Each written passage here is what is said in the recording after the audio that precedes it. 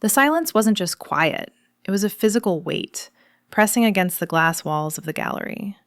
I could hear the low, expensive hum of the climate control systems and the sharp chemical bite of fresh paint mixing with the scent of sandalwood perfume. She stood with her back to me, her shoulders rigid under the tailored cut of her blazer. My words still hung in the air between us, stripping the polish off her carefully curated world. I waited for the explosion, for the defense, but the air just thickened, charged with a violence that felt dangerously professional. In this city, art isn't just expression, it's currency. And I'm the one who checks the exchange rate. They call me Quinn, but in rooms like this, I'm just the critique. A good review from me secures funding for a decade, creating stars overnight. A bad one? Well, silence is usually the first symptom of a career flatlining. And right now, the Sterling Gallery was very, very silent. The Sterling is a fortress. It sits in the center of the district like a block of ice carved into brutalist architecture, imposing and utterly detached from the street life outside. You don't walk into the Sterling to feel comfortable. You walk in to feel small. The lighting is calibrated to a clinical chill, designed to strip away shadows and leave nothing but the work exposed. It's unforgiving. Just like me. I had walked in 20 minutes ago, my heels clicking a rhythmic warning on the polished concrete floors. The staff knew better than to approach. They scattered like birds before a storm, leaving me alone with fractured states. This was supposed to be the season's heartbeat, the exhibition that defined the postmodern shift for the next 5 years. The board had poured millions into it.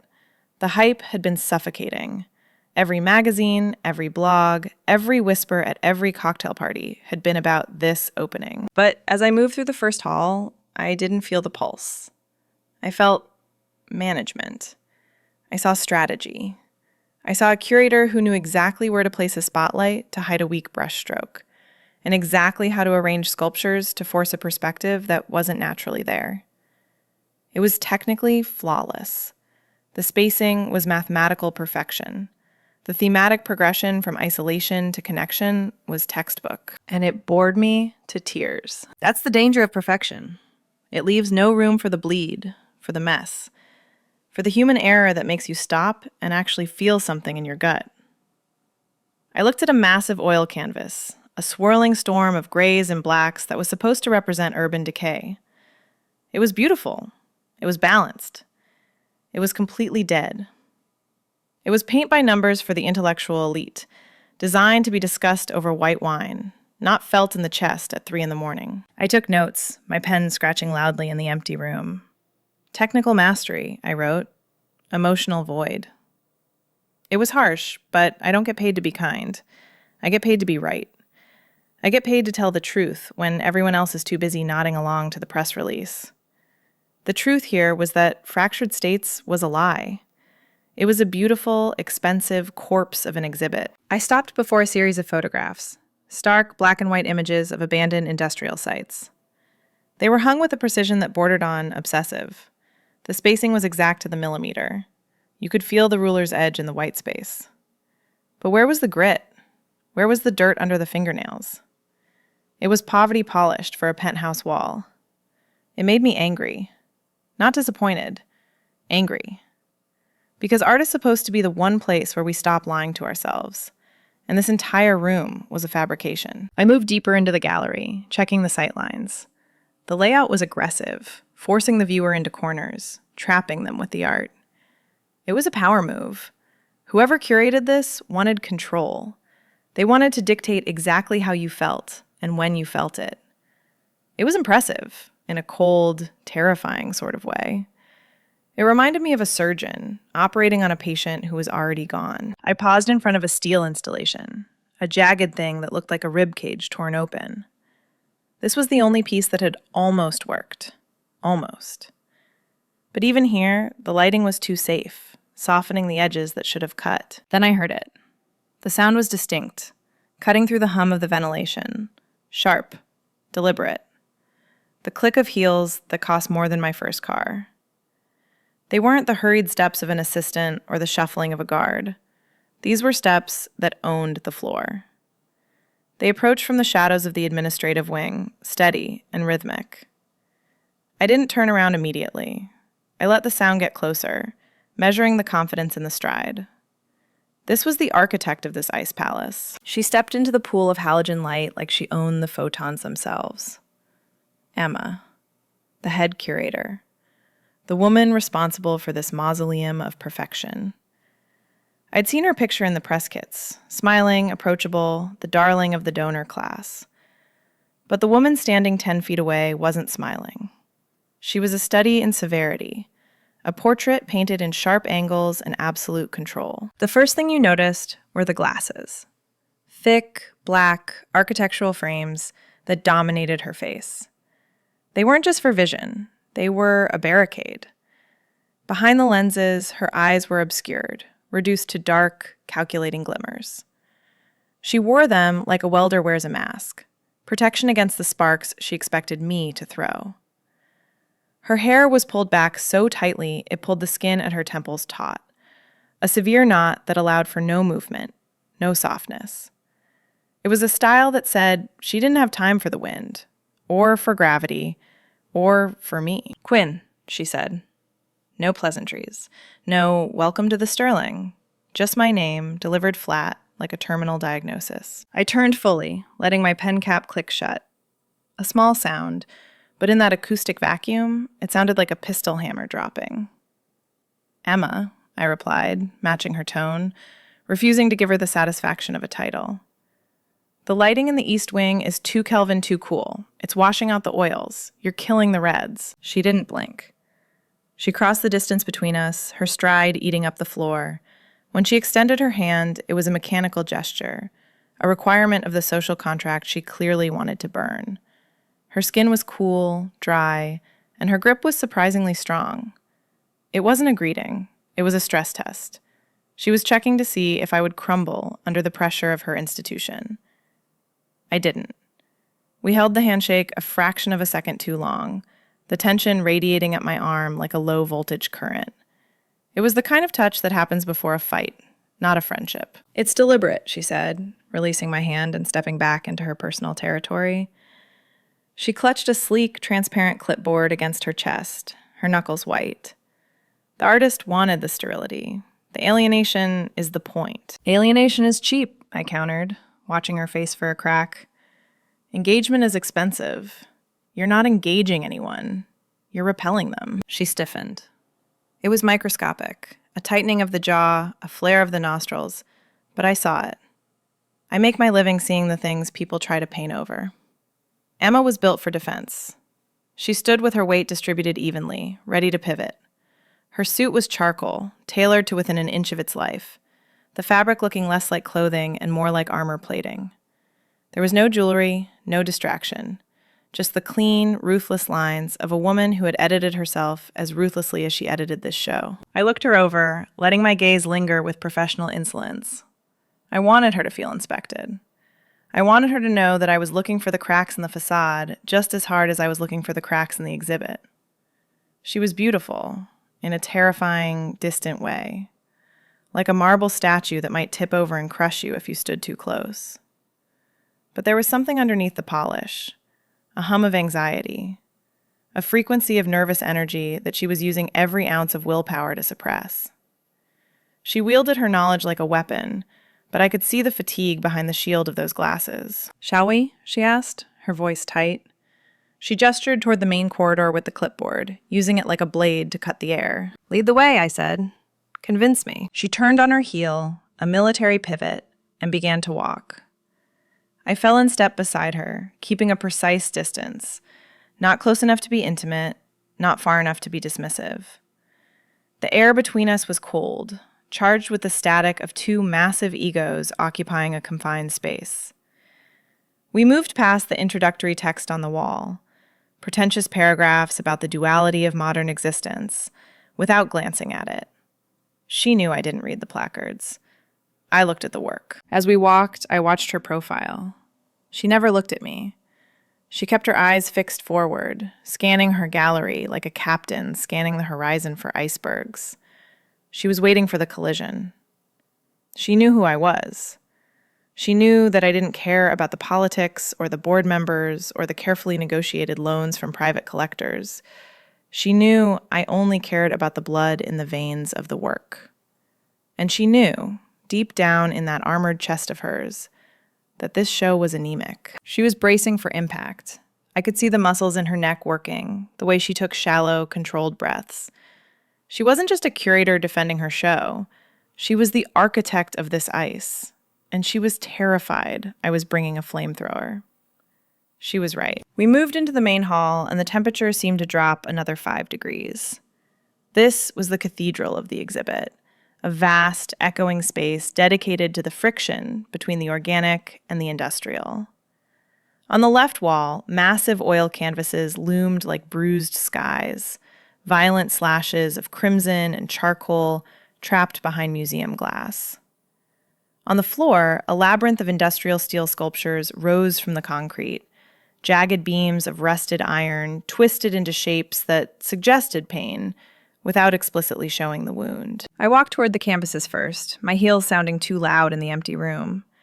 I stopped in front of the largest piece, a chaotic storm of red that was clearly meant to evoke a visceral, bloody reaction. But the lighting was wrong. It was bathed in a cool, flat white light that neutralized the red, turning the blood into rust. It was safe. It was sanitized. "You've neutered it," I said, not looking at her. I kept my eyes on the canvas, tracing the brushstrokes that were fighting to breathe under the lighting design. This artist paints with a knife. He wants the viewer to feel like they've been cut. You've lit it like a diamond in a jewelry store window. It's too pretty. "It's contextual," Emma replied instantly, her voice coming from just over my left shoulder. She had moved closer, stepping into my periphery. If we light it warmly, it becomes melodramatic. The cool light forces an intellectual engagement, rather than a purely emotional one. We want the viewer to think about the violence, not just react to it. "And that's your problem," I turned to face her. "You think art is a puzzle to be solved. It's not. It's a punch in the gut. If I'm thinking, I'm not feeling. And if I'm not feeling, I'm walking out." She didn't back down. She adjusted her glasses, a quick, sharp movement. Intellectual engagement provides longevity. Shock value fades. Passion doesn't, I countered. We moved away from the wall and into the center of the room, entering the maze of steel sculptures. The installation was dense, the heavy iron beams arranged in a way that forced a specific path. It was a physical manifestation of her need for control. You couldn't wander here. You had to walk exactly where she wanted you to walk. The path narrowed. We were forced to navigate around a towering structure of twisted rebar, a piece that jutted out aggressively into the walkway. To get past it, we had to move into single file, or we had to squeeze. I stopped, turning back to look at a weld point on the metal, effectively blocking the path. Emma didn't stop. She moved a step around me, and for a moment, the gallery ceased to be vast. It became incredibly small. She had to slide past me, her back to the sculpture, her front inches from mine. The proximity was sudden and jarring. I could smell the cedar and rain of her perfume, a scent that was complex and expensive and entirely at odds with the cold metal pressing against us. I felt the heat radiating from her body, a stark contrast to the chilled air.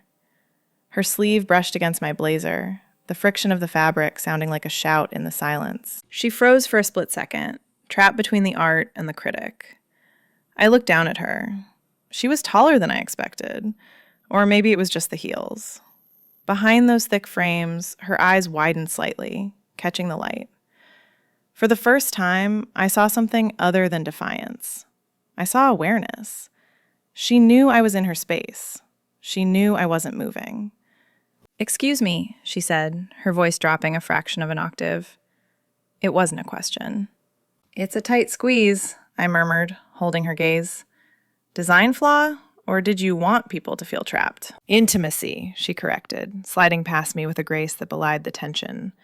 "We wanted to force an encounter with the material." "You forced an encounter, all right," I said, turning to follow her as the path widened again.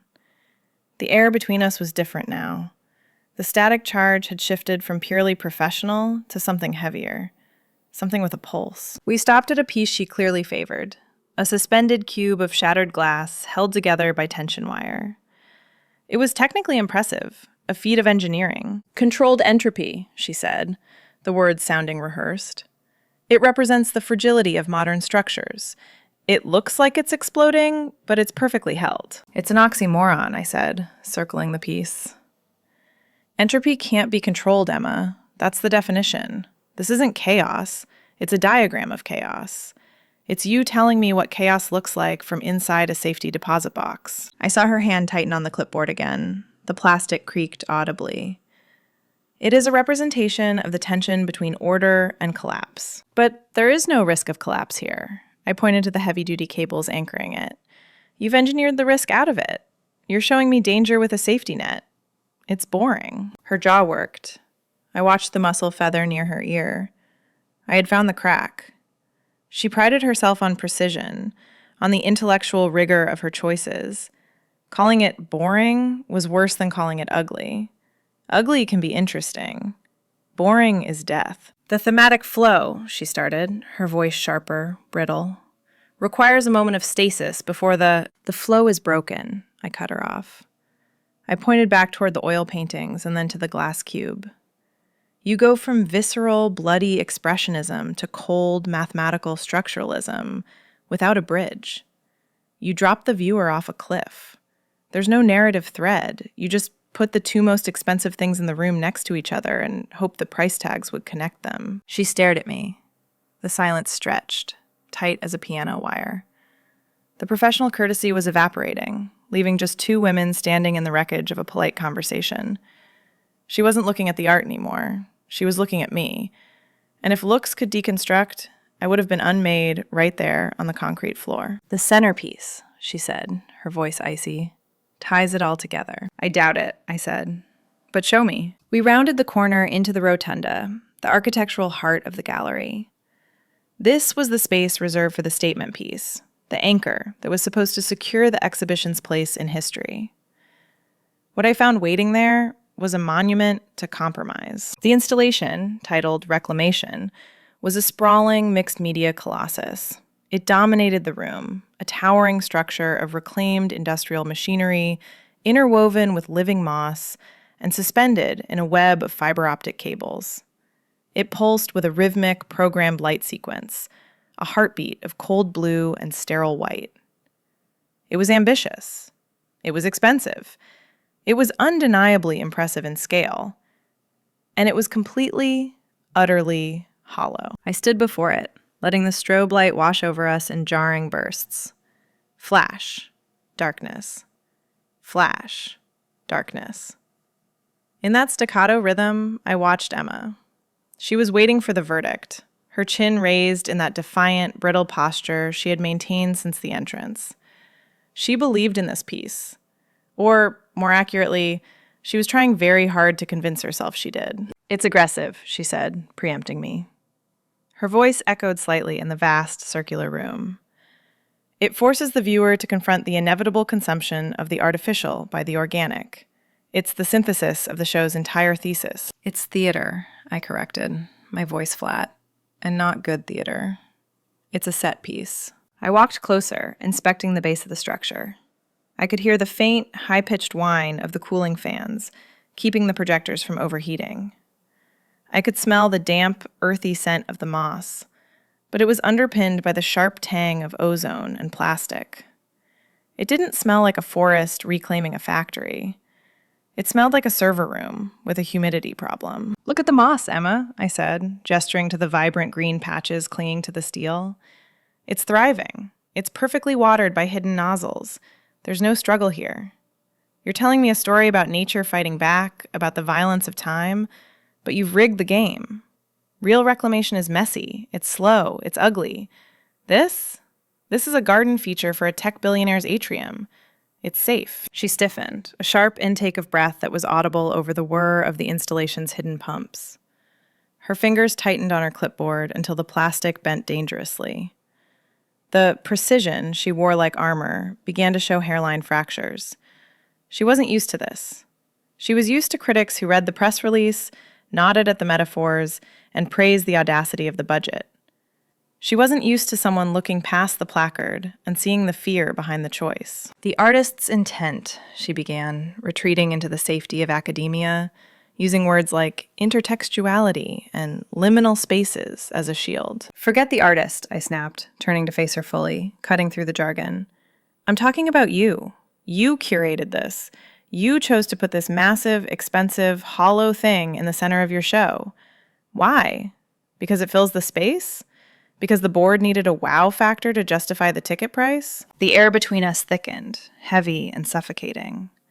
The tension coiled tight, vibrating with the same intensity as the high-voltage cables running to the strobes. The silence that followed my question stretched like a merger agreement, cold, transactional, and fraught with the risk of total ruin. "It anchors the thematic arc," she insisted, but her voice lacked the steel it had held in the first hall. She was reciting lines now, not arguing convictions. "It provides a necessary counterweight to the minimalism of the entry.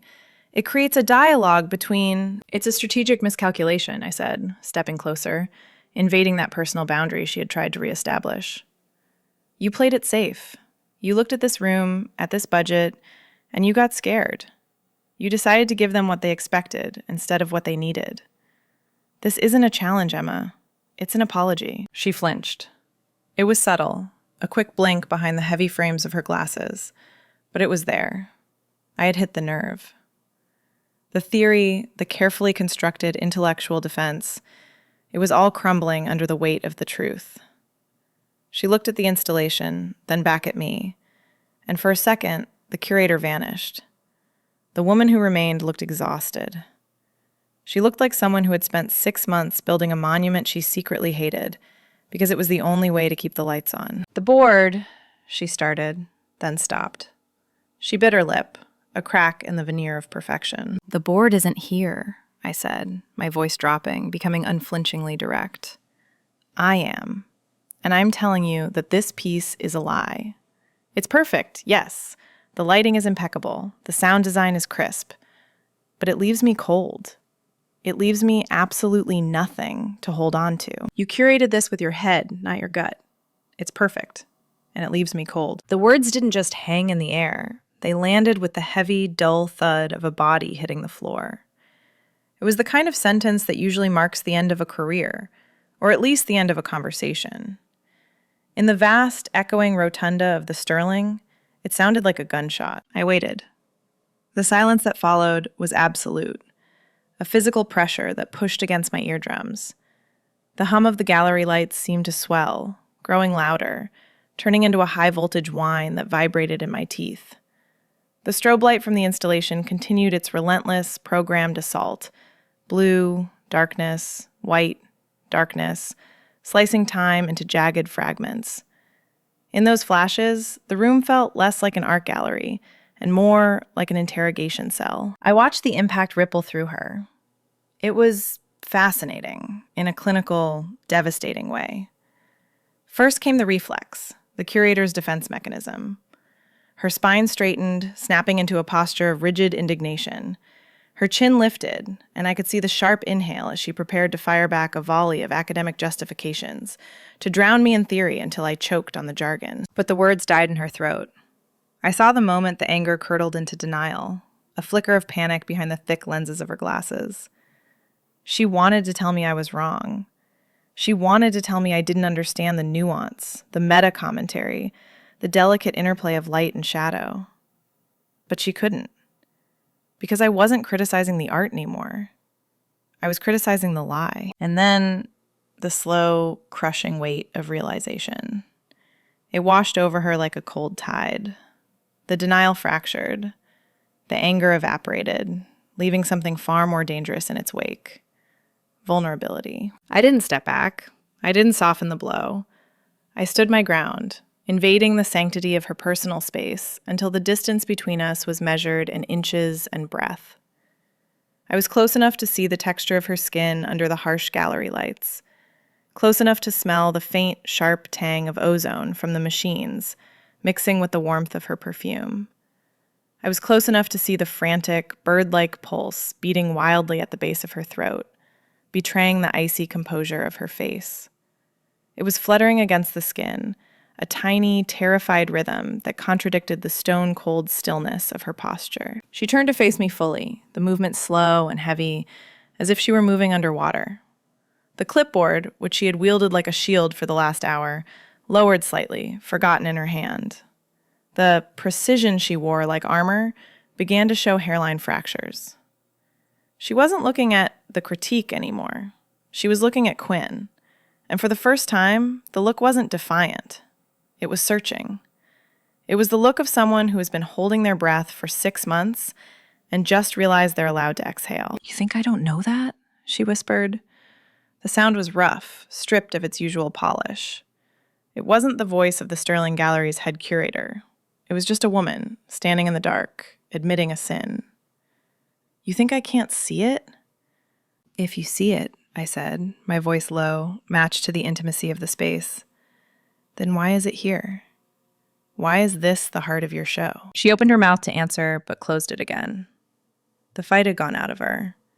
The tension that had held her upright, that wire-taut control she exerted over every square inch of this building, suddenly snapped. She looked away, staring at the pulsing blue light of the machine she hated. A tremor ran through her hand. She raised it slowly, not to point, not to direct, but to her own face. Her fingers slid under the rim of her glasses, rubbing the bridge of her nose in a gesture of profound, overwhelming fatigue. It was a surrender. The curator was stepping back, and the woman was stepping forward. The motion was slow, almost ritualistic. It started with her fingers lingering on the thick black frames, the acetate warm from her skin. She didn't snatch them off in frustration, and she didn't adjust them in nervousness. She removed them with the deliberate, heavy grace of someone dismantling a weapon they no longer had the strength to carry. She pulled the arms of the glasses away from her temples, the friction of the movement creating a faint, intimate sound against her hair. As the frames cleared her face, the architect of ice simply dissolved. She folded the glasses, click, click, the sound sharp and final in the echoing room, and held them loosely in her left hand, the lenses reflecting the manic, pulsing blue light of the installation she despised. Then she looked up. The visual shift was violent in its subtlety. Without the severe architectural framing of the glasses, her face was shockingly, devastatingly human. The wall of glass was gone. The barrier that had separated the curator from the critic, the institution from the observer, had been physically removed. Her eyes, no longer obscured by the glare of lenses or the armor of intellect, were dark. They were the color of burnt umber, deep and rich, and they were rimmed with a kind of exhaustion that doesn't come from lack of sleep, but from a lack of truth. They were tired. Not the polite fatigue of a busy social calendar, but the bone-deep weariness of a woman who has spent months lying to everyone she respects. There were faint shadows beneath her lower lashes, imperfections that the glasses had hidden, tiny cracks in the marble that made her suddenly, breathlessly real. She blinked, and the movement was slow, unguarded. She wasn't looking at me like a target anymore. She was looking at me like I was the only other person in the room who spoke her language. The silence that followed wasn't the heavy, pressurized silence of the gallery. It was the hush of a confessional. The strobe light flashed again, washing her face in pale white, and I saw the tension in her jaw finally release. "You're right," she said. The voice that came out wasn't the one I had been arguing with for the last hour. That voice had been projected, pitched for boardrooms and lecture halls, clipped and precise. This voice was an octave lower. It was dropped from the chest, resonant and textured with grit. It was a sultry, low admission that felt less like a statement and more like a secret pressed into the palm of my hand. "I hated this arrangement," she whispered, the words barely carrying over the hum of the projectors. "From the start. I fought them on the lighting. I fought them on the spacing. I told them the moss looked like a corporate lobby." She laughed then, a dry, humorless sound that was more breath than noise. She ran a hand through her hair, disrupting the severe perfection of the knot, letting a single strand fall loose against her cheek. I told them it had no pulse. They told me it had marketability. The atmosphere in the rotunda shifted instantly. The combative energy that had been fueling our sparring match evaporated, replaced by a thick, conspiratorial intimacy. We weren't enemies anymore. We were accomplices. By admitting the failure, she had pulled me across the line. We were now the only two people in the world who knew the truth about fractured states. It wasn't a masterpiece. It was a hostage situation. And she was the one trapped inside. I watched her, fascinated. The vulnerability was magnetic. It was far more compelling than any perfect exhibit she could have built. Seeing the cracks in her composure was like finding a vein of gold in a slab of gray granite. I wanted to dig deeper. I wanted to know what else she was hiding behind that clipboard and those heavy frames. "So why did you do it?" I asked, my voice soft, stripping away the judgment. I wasn't the critic now. I was just Quinn. She looked down at the glasses in her hand, running her thumb over the hinge. Because the Sterling needed a blockbuster, and I needed to prove I could deliver one, even if it meant selling out the back half of the gallery. She looked back up at me, her gaze unflinching but open. "But you saw right through it. You didn't even blink. You walked in here and dismantled 6 months of my life in 20 minutes. She stepped closer. The proximity tension returned, but it wasn't aggressive this time. It was gravitational. The air between us charged, heavy with the scent of her perfume and the heat of the machinery. "I haven't had an honest conversation about art in 2 years, she admitted, her eyes searching mine. Everyone just nods. Everyone just agrees. You're the first person who actually looked." She took a breath, a long, steadying inhale that seemed to center her. Then she turned slightly, gesturing toward a discreet, flush-mounted door in the shadows of the rotunda wall, a door the public wasn't meant to see. "Come with me," she said, the invitation hanging in the air like smoke. "I have something I want to show you, something that isn't safe." The door clicked shut behind us, sealing off the strobe lights and the high-concept noise with a finality that felt like a pressure lock engaging. The silence here wasn't the heavy, pressurized vacuum of the gallery. It was a warm, breathing quiet. It felt like stepping out of a blizzard and into a study that hadn't changed in 50 years. The sensory shift was immediate and disorienting. The air in the gallery had been scrubbed clean, sterilized to a fault by industrial filters. Here, the air had texture. It smelled of old paper, that distinct vanilla and dust scent of books that have been read, not just displayed. There was the dark, bitter edge of stale espresso, and the rich, grounding aroma of cedar coming from the furniture. The lighting was low, a golden amber glow coming from a vintage banker's lamp on the desk and a few scattered sconces. It was forgiving. It cast long, soft shadows that welcomed you in, rather than exposing your flaws to a clinical critique. I looked around, blinking as my eyes adjusted. This wasn't the office of the woman who built the Fractured States exhibit. That woman lived in a spreadsheet. She dreamt in grayscale. This room belonged to an artist. Every surface was covered. Stacks of auction catalogs leaned precariously against walls lined with corkboards. The boards were a chaotic collage of torn magazine pages, fabric swatches, and handwritten notes pinned up with aggressive force.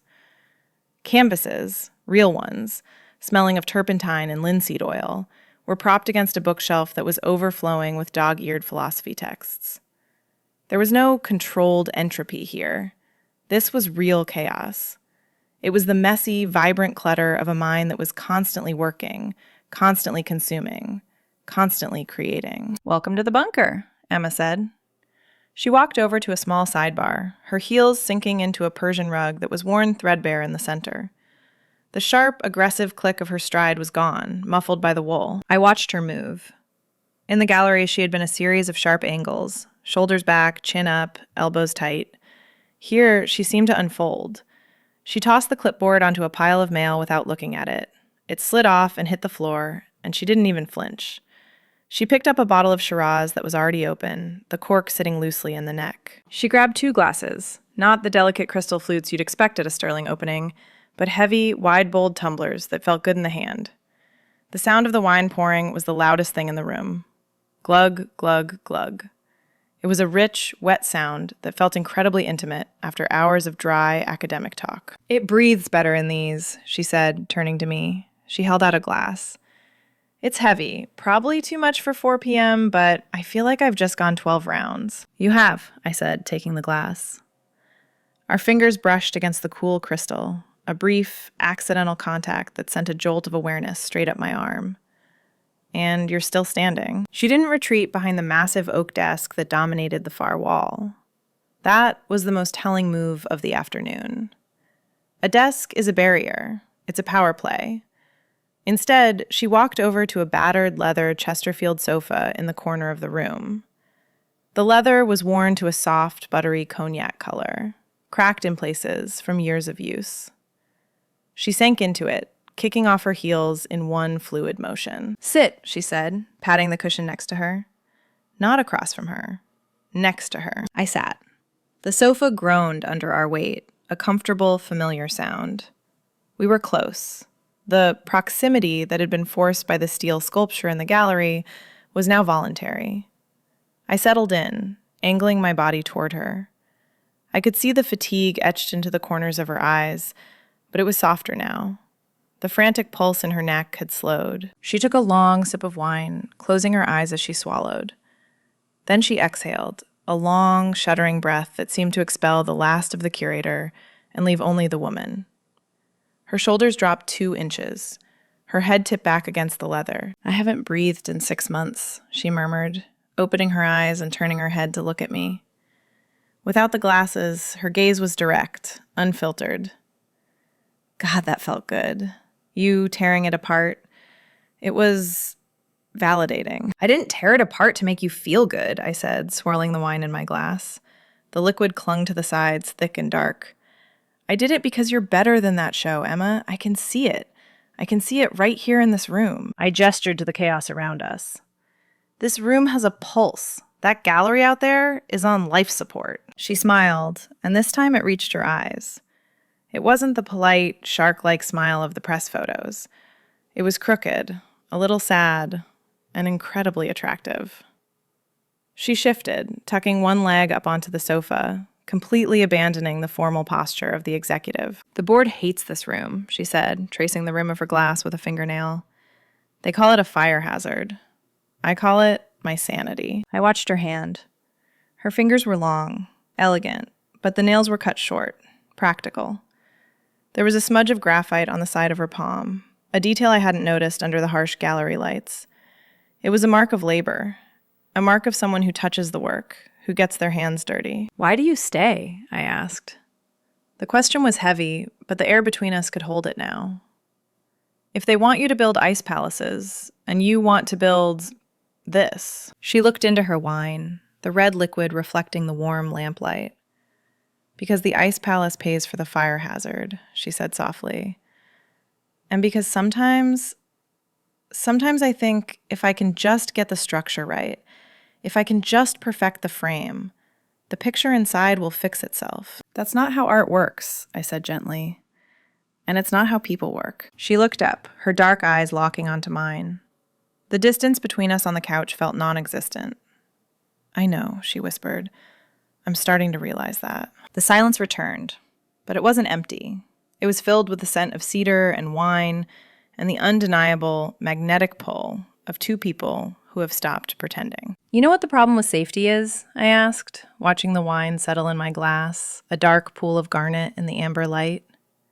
"It's a lie.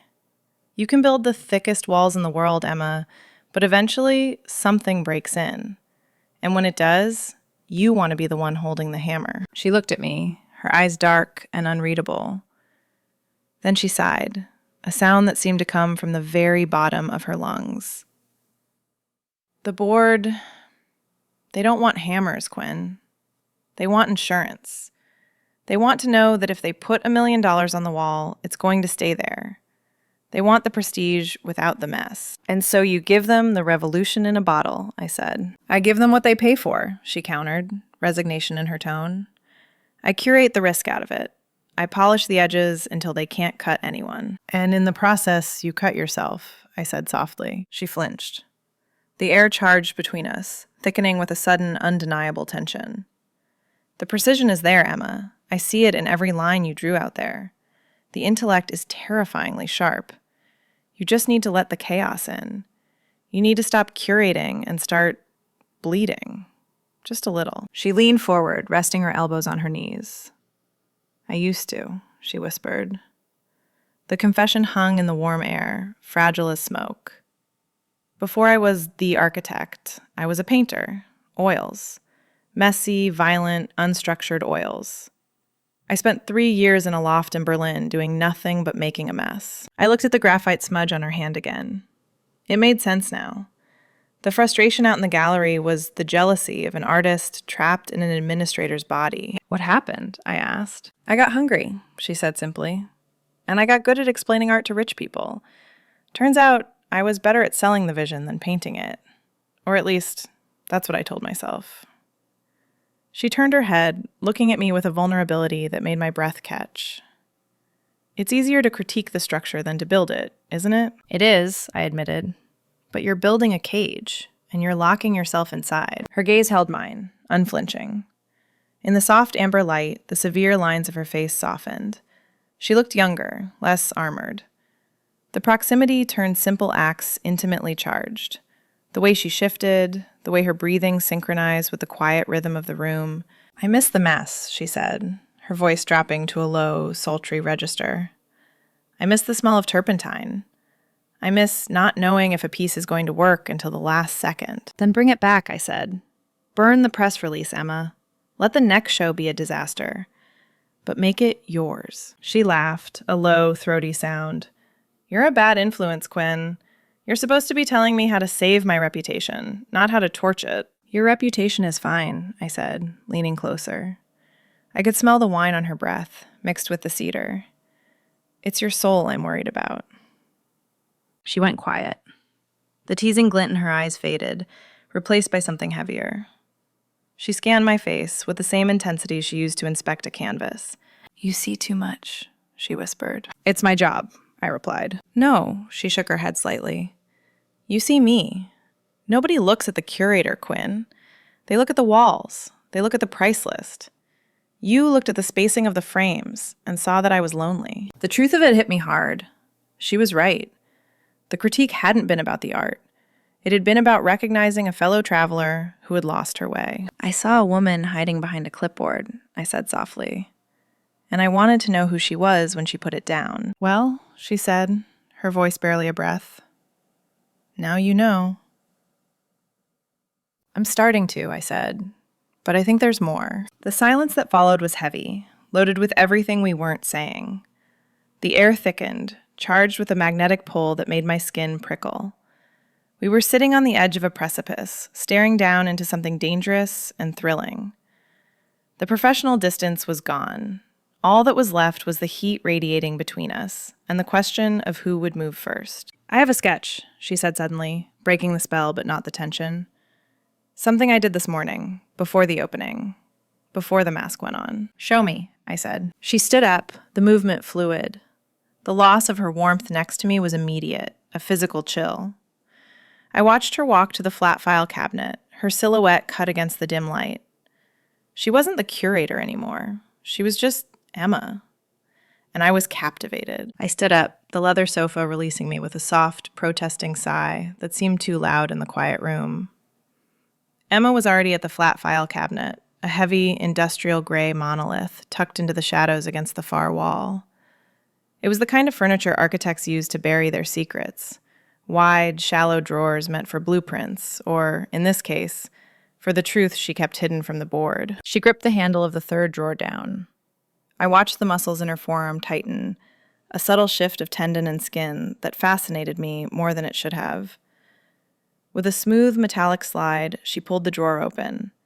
I moved to stand beside her, drawn into her orbit not by professional curiosity, but by a gravitational pull I had stopped trying to resist. The drawer was filled with paper, but she bypassed the neat stacks of gallery floor plans and reached for a single, loose sheet near the back.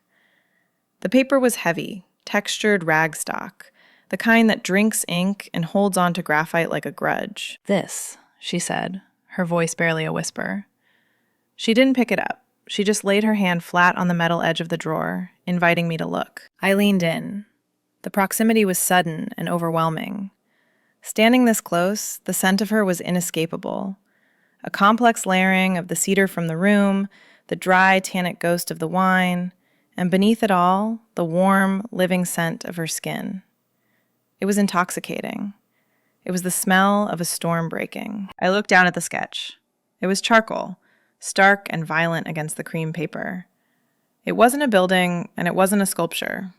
It was a figure, barely discernible through a whirlwind of aggressive, slashing strokes.